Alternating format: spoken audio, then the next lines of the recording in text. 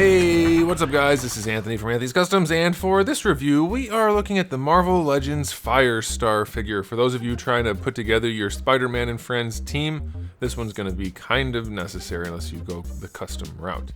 It's a fairly basic character design, it's a fairly basic figure. Will Hasbro be able to make it work? There's some stuff on here that's actually really nice, and then there's some stuff that's not surprisingly pretty bad. So as usual, there's some stuff to talk about. So let's go ahead and get it off the stand and take a closer look. This figure stands just about 16 centimeters at the top of the head, which makes it pretty close to 6 1/4 inches. The hair does poof up, so she's a little bit shorter than that, so I think scaling should be pretty good. And then as far as the review goes, we'll get to it as soon as we do a question of the day. Why did you want this figure? Was it specifically for the Spider-Man Friends show thing, making that team up with Iceman and Firestar and Spider-Man, or was there some other reason? Okay, I didn't actually want it, I don't care. Yeah, I guess it's fine, whatever. I never really desired this character, that's my stance on it. Okay, so aesthetically speaking, this figure is still incredibly skinny. We've seen most of these parts before. It's shockingly thin. Her legs are so skinny. Her torso and everything is very skinny. Her butt is shaped really well. Everything else is very small and thin. Her chest is very small. I mean, not her boobages. Her boobages are relatively large this time, but she's got very thin everything else. The proportions just look weird. None of the female figures in recent releases have been particularly natural looking. They look very strange. The thigh gap is almost as big as the leg. The legs are very thin. It's just all around very strange. I would say on this one, the face looks really weird. I can't say I love the way they did it. The hair is sculpted well enough, I guess, but it's always blowing off to the side, so that's not great. There is shading on the hair. The bottom part of the hair is darker than the top part, so that's nice. But the face itself is kind of dumpy. I can't say I like the way that looks. And then we'll go ahead and just talk about this one also. The face underneath the mask looks better. The mask itself looks a little nicer. I like the hair sculpt more, but then it does have the very stylized shading on this. And I don't know. I am very curious what you guys think about that stylized shading. I know what they're going for. I don't know how I feel about it. I guess it's okay, but the better hair sculpt and better face sculpt is more appealing to me anyway. But I don't know. For a figure that's basically just solid yellow, it's kind of unimpressive. I will say they did a decent job with the fire around the gloves and the boots, although it's still not great. You can see there's some schmutz on mine. And when the figure only has a little bit of paint and it's covered with badness, that's kind of a bummer. So it's good enough. It's definitely a spot filler, but is it going to impress anybody from an aesthetic standpoint? I'm going to say no.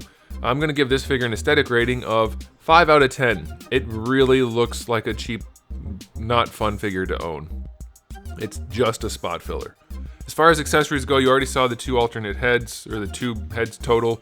We do have alternate hands. We have a fist hand and a jazzercise hand for either side. We get a fire swoosh that can just go on her forearms or whatever for either side. And then we get a little doggy, which is done surprisingly well. There's shading on it. There's detailed paintwork for the bows in the hair and the mouth and the eyes and the nose, excuse me. And it has a really nice double ball peg neck. So somehow this little accessory dog has better features than some full releases. That's kind of weird. I'll give the accessories a 7 out of 10. No, I'll go higher. To be fair, I'll go 8 out of 10. The alternate head is nice. Fire accessories are good enough. Yeah, it's fine. Okay, let's go ahead and talk about the articulation. The head is lollipop syndrome, as you would expect.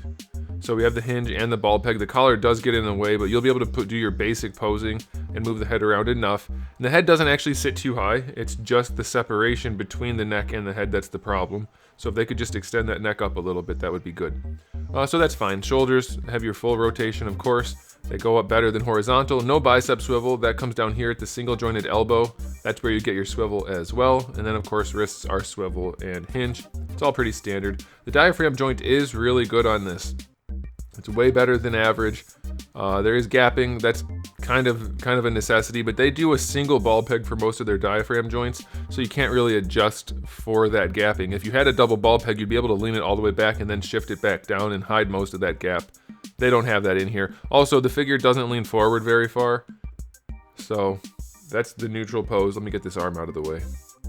So that's fairly neutral right there. It leans back nicely. So a flying pose would be good, which is necessary for her. But leaning forward, you really just don't get much. So that's a bit of a bummer. Side to side's good, and of course you have your rotation. Hips go out to the side very poorly. The the joint is not where it should be to allow for the best range. You could leave the sculpt exactly as it is and move the hinge, and the leg would work perfectly. It's not a hinge, but move the point of rotation, and it would work perfectly, but they haven't done that. It's too far in. It needs to be farther out. Oh well, the legs don't work very far out to the side. Going forward's pretty good. You get a perfectly horizontal kick, and it doesn't kick it out too much, so that's nice. Going back, you don't really get anything. Thigh swivel is a thigh swivel. Double jointed knee is a double jointed knee. Hey, that's almost her pose. And then the feet go all the way back and really far forward, and you get a really good ankle rocker. So yeah, nothing special here, nothing bad, nothing good. It's pretty much your run-of-the-mill articulation for a decent Marvel Legends figure. Some things are, I guess that's, the diaphragm's good. Yeah, so I'll give it a 7 out of 10 for articulation.